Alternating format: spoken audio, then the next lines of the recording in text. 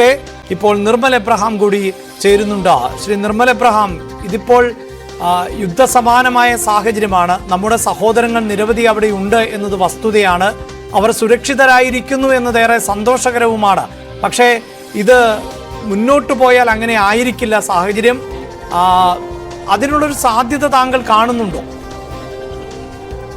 നിലവില് യുദ്ധ സമാനം എന്ന് പറയാൻ പറ്റത്തില്ല, യുദ്ധം തന്നെയാണെന്ന് തന്നെ പറയണം. കാരണം ഇറാന്റെ കേസിൽ ഇത്ര പെട്ടെന്ന് റെസ്പോണ്ട് ചെയ്യുന്ന ആരും കരുതിയിരുന്നില്ല. പ്രത്യേകിച്ച് ഹെസ്ബുള്ളയുടെ തലവനെ മാത്രമല്ല, തലപ്പത്തേക്ക് വരാൻ സാധ്യതയുള്ളവരെയും ഇസ്രായേൽ എലിമിനേറ്റ് ചെയ്ത സ്ഥിതിക്ക് കുറച്ച് നാള് പത്തി ഇടയ്ക്ക് വെച്ച് പിന്നീട് ഒരു അറ്റാക്ക് ആയിരിക്കുമെന്ന് ചിന്തിച്ചു. പക്ഷെ നമ്മളെല്ലാം സർപ്രൈസ് ചെയ്തുകൊണ്ടാണ് ഇങ്ങനെ അറ്റാക്ക് വന്നിരിക്കുന്നത്. ഭാഗ്യവശാൽ ഇസ്രായേൽ മറ്റു രാജ്യങ്ങളെ പോലെ അല്ലാത്തതുകൊണ്ടും അയൺഡോം പ്ലസ് ബോംബ് ഷെൽട്ടേഴ്സ് ഒരുവിധം എല്ലാ വീടുകളിലും റെസിഡൻഷ്യൽ സ്ഥാപനങ്ങളിലും അപ്പാർട്ട്മെന്റുകളിലും സ്ഥാപിക്കണമെന്ന് അവിടെ നിയമം ഉള്ളത് കൊണ്ടും അങ്ങോട്ട് മാറാനുള്ള സാവകാശവും അലാം സിസ്റ്റവും ഉള്ളത് കൊണ്ടൊക്കെ ക്യാഷ് കുറവാണ് എന്നുള്ളത് മാത്രമാണ് ആശ്വസിക്കാനുള്ള ഒരു കാര്യം. പക്ഷെ ഇത് തീരുമെന്ന് തോന്നുന്നില്ല. കാരണം ഇനി ഇസ്രായേൽ തിരിച്ചും വെക്കും. കാരണം ഇവർക്ക് ചെറിയൊരു കാര്യമല്ല, 32 വർഷം എന്ന് പറയുന്നത് 32 വർഷവും ഇവരുടെ ഹെസ്ബുള്ള പോലുള്ള അവരുടെ ഏറ്റവും വലിയൊരു പ്രോക്സി മിലീഷ്യയെ മുന്നോട്ട് കൊണ്ടുപോയ ഒരു നേതാവിനെ വധിച്ചതിന് റിറ്റാലിയേഷൻ ഇറാൻ കൊടുക്കും എന്നുള്ള ഉറപ്പായിരുന്നു. പക്ഷെ ഇത്ര പെട്ടെന്നാകും എന്ന് ആരും ചിന്തിച്ചില്ല.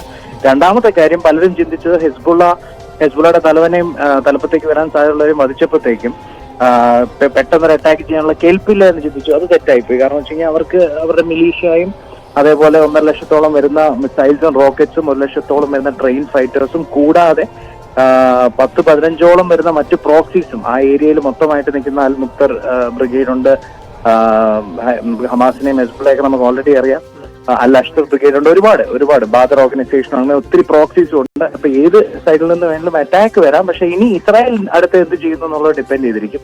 രണ്ടാമത് ഇസ്രായേൽ ഉറപ്പിച്ചു കഴിഞ്ഞു. ഇസ്രായേൽ ഡിഫൻസ് ഫോഴ്സിന്റെ വക്താവ് പറഞ്ഞു കഴിഞ്ഞു, ഇതിന് വില നൽകേണ്ടി വരും, ഞങ്ങൾ തിരിച്ചടിച്ചിരിക്കുമെന്ന്. തിരിച്ചടിക്കുവാണെന്നുണ്ടെങ്കിൽ ഇതിന്റെ അകത്ത് അമേരിക്കയുടെ ഇടപെടലാണ് ഇവിടെ കാണുന്നത്. കാരണം വളരെ ഇൻട്രസ്റ്റിംഗ് ആണ് ഈ ഒരു കോണ്ടെക്സ്റ്റ്. കാരണം വെറും 4-4.5 ആഴ്ച കഴിഞ്ഞ് കഴിഞ്ഞാൽ അമേരിക്കൻ ഇലക്ഷൻ നടക്കുവാണ്. മുമ്പും ഞാൻ സൂചിപ്പിച്ച പോലെ ഡെമോക്രാറ്റിക് പാർട്ടിയിൽ, ഇപ്പോഴത്തെ റൂളിംഗ് പാർട്ടിയിലെ ജോ ബൈഡൻ അടുത്ത പ്രസിഡന്റ് ആകാൻ നോക്കുന്ന കമല ഹാരിസിന്റെ പാർട്ടിയിൽ പലസ്തീനും ഇസ്രായേലിനെ ഒരുപോലെ സപ്പോർട്ട് ചെയ്യുന്ന കൂട്ടരുണ്ട്. അതുകൊണ്ട് ഒരു മിസ്റ്റെപ്പ് അവരെടുക്കില്ല. മാത്രമല്ല ഇസ്രായേലിനോട് പിന്മാറാൻ ഒരിക്കലും അമേരിക്ക പറയത്തില്ല.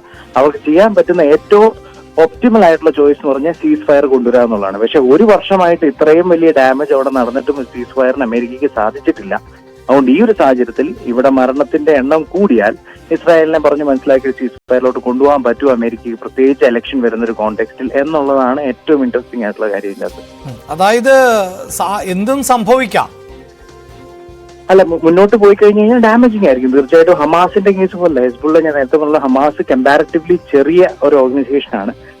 അപ്പൊ ഹെസ്ബുള്ളയുമായിട്ടുള്ള ഫൈറ്റിൽ പ്രത്യേകിച്ച് ഇങ്ങനെ ഒരു മാനനഷ്ടം ഇറാൻ ഉണ്ടായ സ്ഥിതിക്ക് അവർ മറ്റു പ്രോക്സീസിനെയും കൂടെ ഉപയോഗിച്ച് ഈ വാറിലോട്ട് വന്നു കഴിഞ്ഞാൽ ഒക്ടോബർ 7 സംഭവിച്ചതിലും വലിയ അറ്റാക്കുകളായിരിക്കും ഈ വരുന്ന ഒക്ടോബർ 7 സംഭവിക്കുക ഈ വർഷം.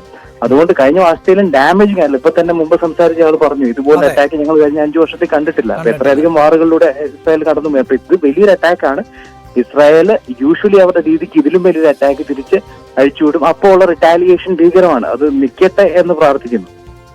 തീർച്ചയായും നമുക്ക് അങ്ങനെ ആഗ്രഹിക്കാനേ സാധിക്കൂ. യുദ്ധം ഒന്നിനും പരിഹാരമല്ല.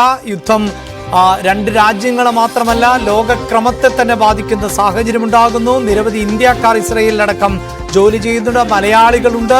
സാമൂഹിക സാമ്പത്തിക അവസ്ഥകളെ തന്നെ പ്രതികൂലമായി ബാധിക്കും. അത് 2 രാജ്യങ്ങളെ മാത്രമല്ല ലോകത്തെ ഒന്നാകെ ബാധിക്കുന്ന ഒന്നാണ് യുദ്ധം. നമുക്കറിയാം, യുക്രൈനും റഷ്യയും തമ്മിൽ യുദ്ധമുണ്ടായപ്പോൾ പോലും ഇന്ത്യയിൽ ഉൽപ്പന്നങ്ങൾക്ക് വില വർദ്ധിക്കുന്ന സാഹചര്യം, പ്രത്യേകിച്ച് ഇരുമ്പ് ഉൽപ്പന്നങ്ങൾക്ക് വില വർദ്ധിച്ച സാഹചര്യം ഉണ്ടാകുന്നു. അങ്ങനെ യുദ്ധം ഒരു തരത്തിലും ഏതെങ്കിലും മേഖലയ്ക്ക് പോലും പ്രയോജനം ചെയ്യുന്ന ഒന്നല്ല എന്ന് നമുക്ക് ഉറപ്പിച്ച് പറയാൻ സാധിക്കും. പക്ഷേ അത്തരം യുദ്ധം തന്നെയാണ് ഇപ്പോൾ നടന്നുകൊണ്ടിരിക്കുന്നത്. പ്രത്യേകിച്ച് ഇസ്രയേലും ഇറാനും തമ്മിലുള്ള പോരാട്ടം ആരംഭിച്ചിരിക്കുന്നു എന്ന് വേണം അനുമാനിക്കാൻ.